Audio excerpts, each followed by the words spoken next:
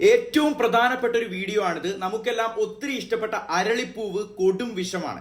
അരളിയുടെ ഇലയും പൂവും തണ്ടും കായും വേരും എല്ലാം അടിമുടി സയനൈഡ് പോലെ ആളെ കൊല്ലുന്ന വിഷമാണ്. ഇതിൽ എന്തെങ്കിലും ഒരു തുള്ളി നമ്മുടെ അകത്ത് പോയാൽ 2 മണിക്കൂറിനുള്ളിൽ നേരിട്ട് ഹൃദയം, ശ്വാസകോശം, കരള് എന്നിവയെ ബാധിക്കും, മരണം സംഭവിക്കും.